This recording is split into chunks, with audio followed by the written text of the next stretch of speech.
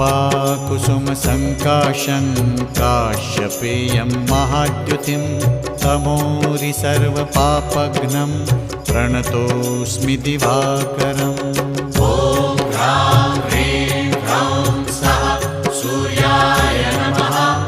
ॐ ह्रां ह्रीं ह्रौं सः सूर्याय नमः।